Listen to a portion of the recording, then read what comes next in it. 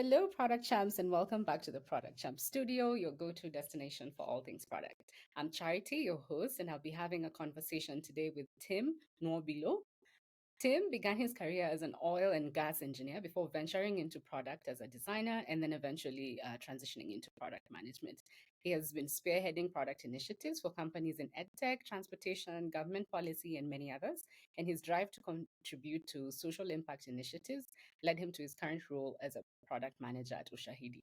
So today, Tim joins me to share his insights on the dynamics of product management in the social impact space with respect to product management in the commercial sector as well. So don't forget to like and subscribe and share this episode with your product community. Welcome to the show, Tim. How are you today? I'm very well. Hi, Charity. Good to be on your channel today. Yeah. Thank you so much for joining me. I'm really excited about this conversation. I think it's very different from any other conversation we've had. And I'm sure everyone will be excited to kind of learn from this different perspective that you have. So, welcome. So, tell us a little Thank bit you. about yourself, your professional history. Who is Tim outside of product? Yeah. Tim is just a simple guy. Mhm. I have a background in mechanical engineering, like you introduced. Of course, mechanical engineering at the very core of it is building stuff. Mhm. Ensuring that the different component parts come together to form a single system that works and delivers value at the end of the day. Mhm. So that's my background. I worked a bit in the oil and gas sector in my home country of Nigeria, working in Mhm. consultancy for um, oil and gas assets. But then at some Mhm. point, I went back to my first love because before even going into the university, I had already begun Yeah. some IT related stuff, designing Mhm. websites, doing some graphic designs. And at Mhm. some point in my engineering career, I felt Mhm. I think I need to go back to my first love and try to rebuild what I had first started with Mhm. because I Mhm. felt that I would be showing my truer essence in the product Mhm. field. So that Mhm. was what made me to transition into products. Started off with design, and then along the line in design, I got introduced to product management, and I'm like, hey, Mhm. management. Um, Mhm. I see, I see plenty of me. I see plenty of me in product management. Mhm. Hey, why don't you go for it, Tim? That was what I told Mhm. myself, and then Mhm. I started the journey, took a few courses, had some Mhm. hands-on application of the Mhm. learnings I had received, and then Mhm. God been so good. I am where I am today. So that's my short That's story. fantastic. Yeah. When you say Yeah. plenty of you, what exactly do you mean plenty of you? So maybe like problem solving or like what specific things about product management kind of attracted you to the role? Okay. So thank you, Charity.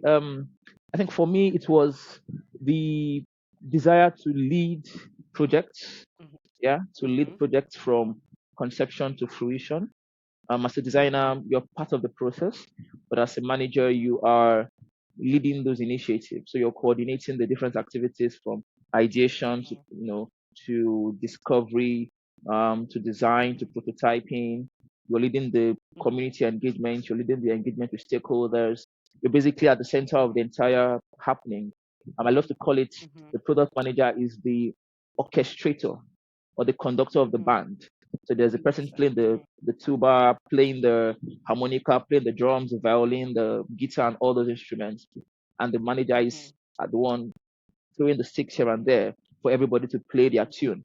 So that's Mhm. desire to lead something was what pushed me into product management. Mhm.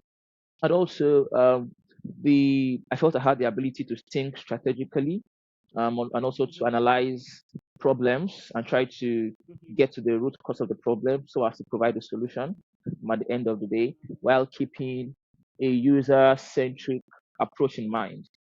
So Mhm. considering these factors, I felt I would have a good stint in the Mhm. product management, field, and that was a Yeah. major motivation for me moving over. That makes a lot of sense. I think definitely as designers, as you mentioned, we only get to be involved, and we always advocate for designers to be involved earlier. But more often than not, in practice, in some of the companies, you aren't involved until much, much later. So definitely, if you want to get a hand or a say in how like the product strategy shapes how you engage with customers, I think definitely product management is a better fit. So like you mentioned also you went and took some courses. So I just want to know like which courses and which resources did you leverage to kind of learn product management? And then what are your thoughts on someone taking the path of self-taught to versus someone taking the path of like taking courses? I mean, to start with, I would say there is no hard and fast approach. That's the first thing I Yeah. would say. My own Mm-hmm. pathway might not be someone else's pathway. It doesn't Mm-hmm. mean either person will be successful or not.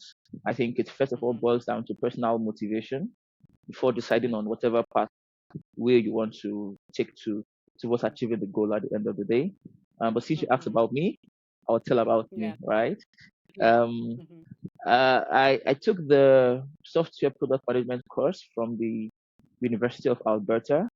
It was a six Mm-hmm. months long program, and it was very useful because it taught me from the Mm-hmm. basics to the advanced level.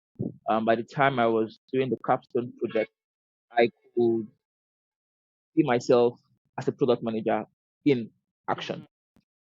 I could see myself as a product manager in action. Mm-hmm. Um, yeah, and basically it was self-paced, so Mm-hmm. and it was virtual. So there Mm-hmm. were instructors, teaching the courses, and I would watch the videos, do the assignments. But I should Mm-hmm. point that there is also a part of learning which I think is also important, and that is being able to put into practice what you've learned. So while I was doing that, while I was learning, I got Mm-hmm. together a couple of friends and we started working on a project Mm-hmm. together. So I was practically transferring my learnings from the course Mm-hmm. right into the Mm-hmm. project, Mm-hmm. and that's the edutech project you mentioned in the introduction, that's aimed Mm-hmm. to um, digitize school activities from Mm-hmm. classroom attendance to um, assignments to inventory Mm-hmm. management, staff management, Mm-hmm. all those records. Mm-hmm. Yeah, myself and a few friends tried to work on that. So I was basically taking what I was learning and applying it in a real sense on a real problem Mm-hmm. that would bring a real solution to users. Mm-hmm. So that for me was my learning, and it helped me to build plenty of confidence, and that confidence Mm-hmm. was useful in my journey as a product manager. Mm-hmm. That's fantastic. I think definitely what I'm hearing from you is regardless of the path you take, at the end of the day, you need to be able to, dive in, get hands-on experience on, real projects, and that's where the real learning is at the end of the day, right? Yeah. Yes, So yes, I'm Charity. curious Yes, Charity. how, yeah, I'm curious just to kind of build on that a little bit, how your like engineering and design background contributed to you and your success as a product manager. Like, what could you say about that? Okay, that's an interesting question.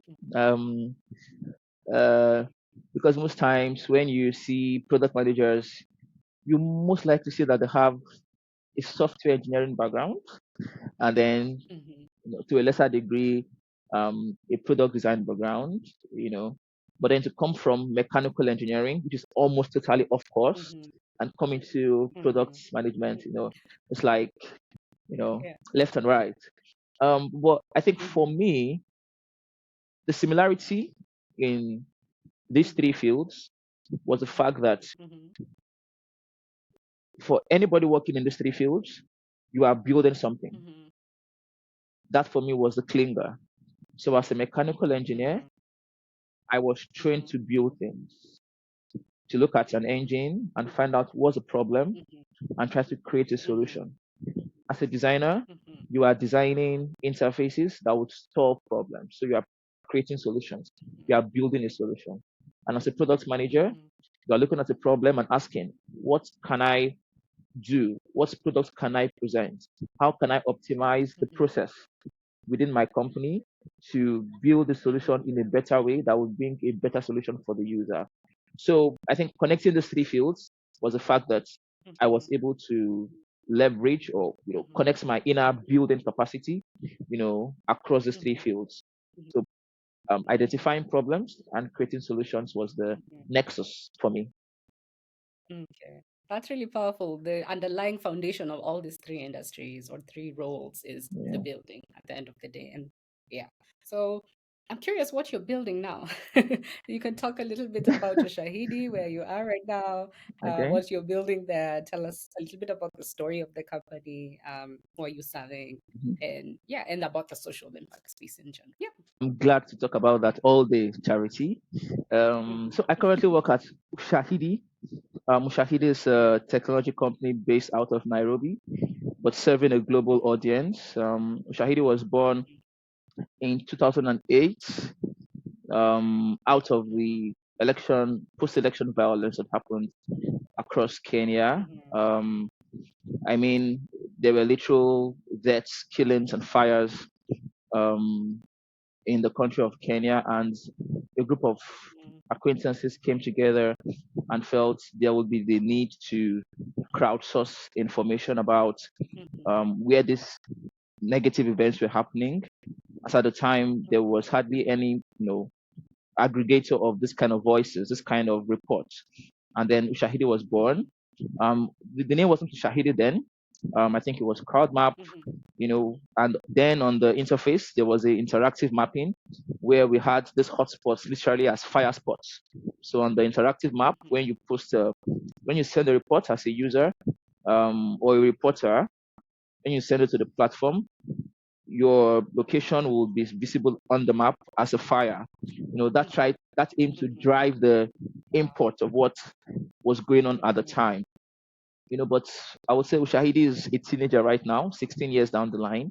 The company has grown, has mhm, evolved through all the technological mhm, changes that have been happening, societal changes. So right now we are Ushahidi.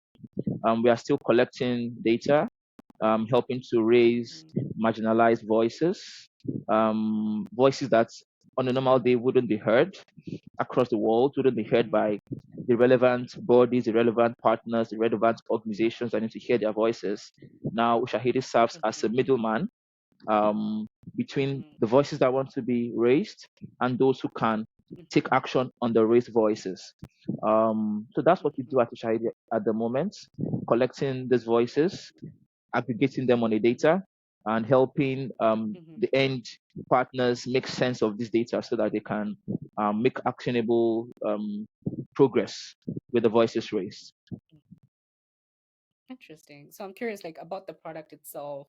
Essentially, you're giving them a platform to collect data for their own use, or is this data pulled together with data from other different organizations and customers and used collectively? Maybe you can speak a little bit more about the product. Okay, so right now, Ushahidi is a standalone product Mhm, where you can send your posts to the platform via different channels. We have different methods for sending posts via SMS, via email. You mhm, can import via CSV. You can mm, send in via Twitter, now called X. We're also working right now on mhm, integrating WhatsApp into the platform. mhm, And down the line, within our product mhm, roadmap, we have other channels that we are looking to integrate into the platform. We also have mhm, a partnership, a collaboration with the HDX, Humanitarian Data mhm, Exchange, where data from Ushahidi mhm, platform is exportable to that platform for use. So I would say Ushahidi is currently still, maximizing the opportunities within the platform to ensure that there is seamless integration between Ushahidi and other like-minded partners. mhm. Oh, that's fantastic. I think Ushahidi has been a really impactful company in this ecosystem. I think I mentioned to you in a conversation we had earlier on. I studied geospatial engineering, and at the time, if you ask us which company we want to go, it's Ushahidi. There's very specific Yeah. companies, and Ushahidi was always one of them. So that just Uh, speaks to the amount of impact um, thank that you. the company and the product that they had at that time like had. in the minds of people like me who experienced 2007 and 2008 firsthand. Yeah. So I'm curious if you could talk a little bit more about the social impact side of Ushahidi. So what exactly is social impact? What exactly is a company that is social impact focused? And maybe you can speak a little bit about what drives you as an individual working in that sector. Okay. Yeah. I mean, we're all human beings with interactions daily. And um, life is best lived when lived for others. That's a Mhm, key mantra I have. Life is best lived when lived for others. And that's what I think social impact organizations try to do. They try to impact the society in different mhm, ways. There are different challenges that are in the world. From I mean, when you look at the United Nations SDGs, you can see the entire spectrum of social problems that we have. And mhm, a social impact organization aims to solve some of these problems without looking at the profit side of it, but looking at what mhm, actions, what activities, what processes can I mhm, put into place that would mhm, positively impact the society, impact the environment, mhm, and give the humans a better well-being. That's what I think social impact organizations do, which is what Ushahidi is proud to be part of. For me as a person, um, I feel like what we do at Ushahidi is God's work. Um, mhm, it's because nowadays there are so many companies, so many organizations that are aimed at profit making. That's not to say profit making is not mhm, good, but there has to be someone who's also engaged mhm, on the social impact side of things. So, for example, mhm, Ushahidi has some thematic areas. There's crisis response as a major thematic area. mhm, There's um, humanitarian response as a major thematic mhm, area. There's election monitoring. There's good governance. We also have a mhm, theme around climate change. You see, by doing what we do at Ushahidi, we're able to mhm, ensure that there is peace and justice in countries where mhm, they have election challenges. People who want to, citizens who want to hear from, hear positive things mhm, from their government, who need particular amenities in their communities. Via the platform, mhm, they are able to reach out to the government, and then the government can aggregate these voices and know the places that mhm, most need their attention, and they can direct their attention to those places. During some of the crises that have happened around the world, even the ongoing war mhm, between Israel and Gaza. We look at what's happening in Iran, from some of the hurricanes that have happened in the past. Shahidi has been used across many of these challenges. mhm, And what that helps to do is those voices that cannot be heard, those places that badly need attention, get mhm, highlighted, get flagged, and the partnering mhm, bodies, the partnering organizations are able to pick up these voices and see an aggregation of what's happening and where is this happening, and they're able to respond. mhm, Um, yeah, so that's what Shahidi does in a nutshell. And being a product manager at Shahidi, I feel particularly humbled because mhm, um, the world needs organizations like Ushahidi. The world needs mhm, you know people doing the kind of stuff that we do. So to be in this place mhm, and trying to ensure that the next man, the next woman, the next boy, the next mhm, girl has a better lease of life, mhm, it's in itself fulfilling for me as a person. Charity. mhm. Yeah, that's fantastic. I think many of us definitely would want to be able to say, such a thing about the place that we work.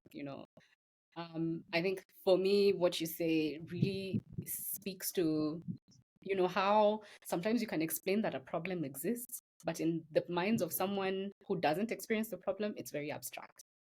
So I feel like what you're explaining sounds like Ushahidi basically comes in and gives you the platform to make problems visible, and then the platform not only to make them visible but to like quantify them in a way, right?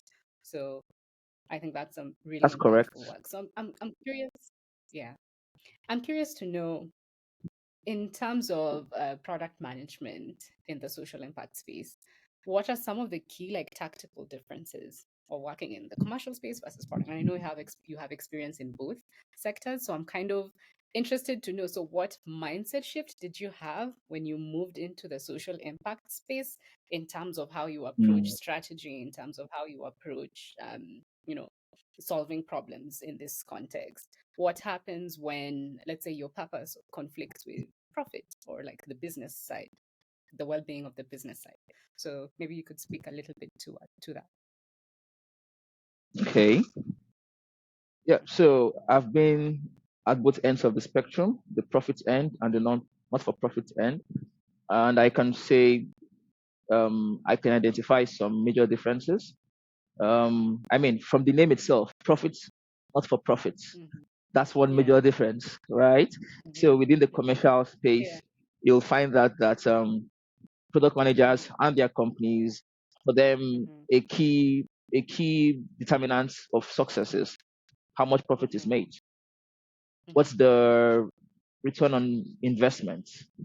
How Hmm. happy are our shareholders? If they are listed on the stock exchange, they keep monitoring how well they are doing in the stock market and all that, you know.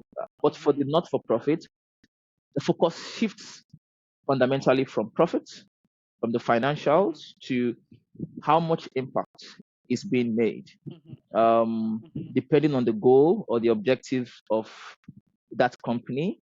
So, if the Hmm. company, for example, is trying to make water accessible for a Hmm. community or as many communities as possible, they Hmm. would be thinking, how much did we sell this water for?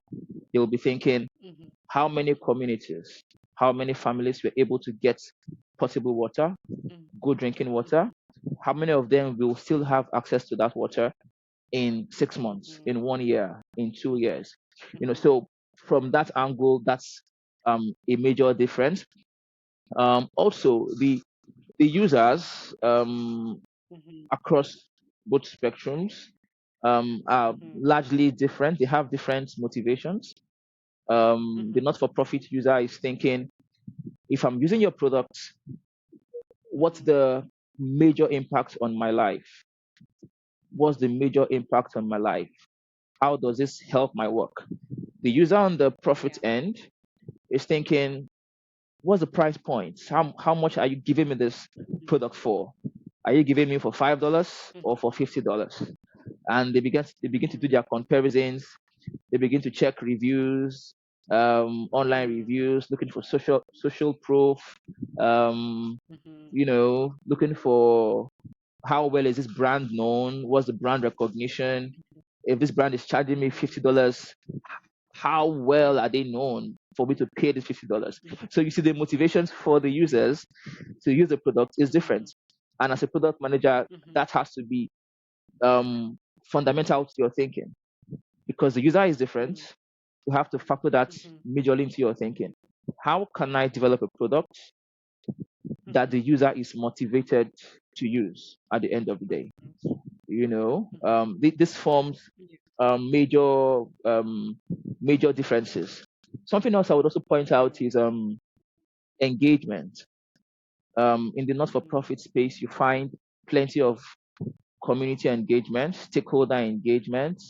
Um, Hmm. there's plenty of collaboration. Hmm. In the profit space or the commercial Hmm. space, you know, you Hmm. would find a dog eat dog situation, a dog eat dog scenario, Hmm. where Yeah. it's a survival of the fittest. Um, Hmm. one of our CEOs from some years ago, at Ushahidi, made a statement that if you Hmm. win a race in a rat race, you are still a rat. Hmm. you know, and that's Hmm. what you find at times in the Yeah. in the Hmm. profit space. You know, Hmm. um, there's this rush to How can we deliver a product that optimizes profits? What's the lifetime value of the Mhm. customer? What's the churn rate of Mhm. the customers? How quickly are they dropping off? How much are we spending to get a new customer? You know, there's Mhm. that whole Yeah. range of thinking. Um, Mhm. but for the profit space, that thinking is largely different. You step back. Mhm. You are not just trying to solve a problem for profit. You're looking at the problem holistically. You're looking at a systems Mhm. change. Um, Mhm. if I am doing this as a social impact organization, what is the Mhm. larger or the longer term effect? How does this Mhm. combine or conclude in a social impact? Sphere. Mhm. How does this impact the system as a whole? So there's a lot of systems Mhm. thinking, lots of engagement that Mhm. goes in within the social impact space that you would hardly find in the commercial space. So these are some major differences, between both worlds. Yeah. Yeah. I think definitely a dream situation for you because, as you mentioned, sometimes there's competing needs between the business and the customer because you want to extract the most value out of your customer, but the customer wants to extract the most value out of you at the least cost, which is competing. And at the same time, as you said, the dog eat dog kind of situation, right? Where you're competing with Yeah. another company that's in the same space, but in the social space, as you said, you're kind of have to collaborate with the other people that are in the same sector, right? So I'm curious then to know about, and actually maybe I can talk a little bit about the competitors before we go back to talk about how you co-design together with your stakeholders. Let's talk a little bit about your competitors. So you mentioned there's a shift in how you view competitors. In this case, they are collaborators, right? Because you're trying to solve the same problem. So there's this comment that was said by OpenAI CEO Sam Altman of Elon desperately wants to, and no shade to Elon, by the way. I don't want to be in trouble, but like Elon desperately wants the world to be saved, but only if he can be the one to save it, right? So I think this Hmm, speaks to hmm. your comment of in a dog eat dog world, you want to be the one solving a problem, but also the only one profiting from that problem, right? Yeah. What are your thoughts on Yeah. that? I mean, it's a Yeah. crazy world out there. I'm sure you Mm. don't want to get kicked out of X. So no shit to I Elon. mean, you know. no shade. It was not me Um, who said it. but really, I think, like I said initially, that's a major Mhm. differentiator. You Yeah. see in the social impact space. There's plenty Mhm. more collaboration. Um, Mhm. you would find that Mhm. organizations who um, Mhm. are in the impact space see themselves not Mhm. as competitors, not as the only ones who Mhm. can solve the problem, but as Mhm. collaborators, as partners in progress. And this takes me Yeah. back to the point I made earlier about systems thinking, having to sit Mhm. back and look at the Mhm. problems holistically and realize that Mhm. each organization is needed to solve each of these Mhm. problems. And we are only better Mhm. off when we work together rather than when we work against Mhm. one another just because we want to make profits to Mhm. solve one small problem. You know, um, so Mhm. I mean that's what you find in the social impact space, and it's it's it helps to breed innovation Mhm. because you find out that Mhm. ideas are not hoarded. For example, Ushahidi is an Mhm. open source software, and we believe in transparency, accountability. We believe that what we are Mhm. doing should be available for people to use, people to learn from, people to see how they can even Yeah. improve on what we are doing for the greater good. Because Mhm. we are not doing it to make Mhm. profits, we are doing it for the greater good. So there will be no case for us to try to hoard the information we have, hoard the Mhm. progress we've made just because we want to Mhm. claim proprietorship of the success. Yeah. You know, that wouldn't enable us be a successful part of that Mhm. holistic change that we envision. So hopefully, as technology evolves, as human society evolves, there will be a case where Mhm. profit Mhm. organizations for profit Mhm. organizations will begin to see how they can incorporate some of these um, not-for-profit paradigms into their business and Mm-hmm. working processes. Yeah, definitely. And I think you'll speak towards that a little bit too, well, as before we wrap up the conversation. But just before that, I'd like to know how you talk a lot about the collaboration between you and other people working in the space, collaboration between you and your customers and the people you're designing solutions for.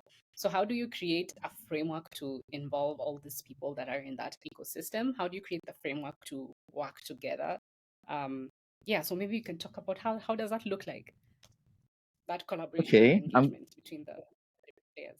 yeah, I'm glad to speak about that.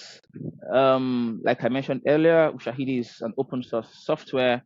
Yeah. So we have quite, a range of kinds of users. So we have those Mm-hmm. who come to the platform because they want to Mm-hmm. make a report. We have Mm-hmm. partners who are on the other end Mm-hmm. that want to take actions based on Mm-hmm. users' reports or citizens' reports. Mm-hmm. We also have the Mm-hmm. open source community that are not making reports but are engaging with the platform technically on a technical basis. Mm-hmm. So they are using the platform to, I will call them contributors, using the platform, Mm-hmm. trying to contribute to the code, taking the code and also working on it in their individual spaces. So we have these different kind of users, and we have a very Mm-hmm. vibrant community and community engagement, within the Ushahidi system, the Ushahidi organization that caters to the Mm-hmm. communities. We have um, periodic engagements, hackathons. Mm-hmm. We have Mm-hmm. internships. Even we have one currently ongoing internship at Ushahidi, Mm-hmm. where we have lots of contributors, engage with us on how to improve the platform. So we take the ideas, and they're able to incorporate that into the platform while also giving them what we have on the platform for them to make use of. Mm-hmm. That's one kind of user of the platform, Ushahidi. Mm-hmm. The other kind of user are the partners, and these are those people, those organizations, as the case may be, that um, are able to take actions based on the voices of citizens on the reports made on the platform. So what we do with them is we engage with them. What kind of change do they want to see? What kind of improvements will they see on the Mm-hmm. platform that would be useful for their work? What's the best Mm-hmm. approach? What's the best approach that they would require, on the platform that would make their work easier, Mm-hmm. make them respond to reports in a quicker fashion, make them make various important decisions very quickly, so that ultimately Mm-hmm. they are able to solve the problems of those who made the reports. So we have these, periodic engagements with our partners, you know, and by extension our users, because our partners are also a reflection of what the users want. So what the users tell the partners, they tell us also, Mm-hmm. and we are able to Mm-hmm. um, refine the platform, refine the product to meet these needs. Occasionally, we also engage with our users. We Mm-hmm. send out, newsletters. We send out Mm-hmm. periodicals to gather feedback. Hey, what's engaging with the platform? What kind of change would you need to see on the platform? What kind of features would you think will be Mm-hmm. useful for you as a reporter, as a user, making use of the Mm-hmm. platform? So we try as much as possible to engage with these different kinds of users that make use of the Mm-hmm. platform to ensure that at every point in time we are delivering a Mm-hmm. product that meets their needs and not a product that we think meets their needs. Mm-hmm. Mm-hmm.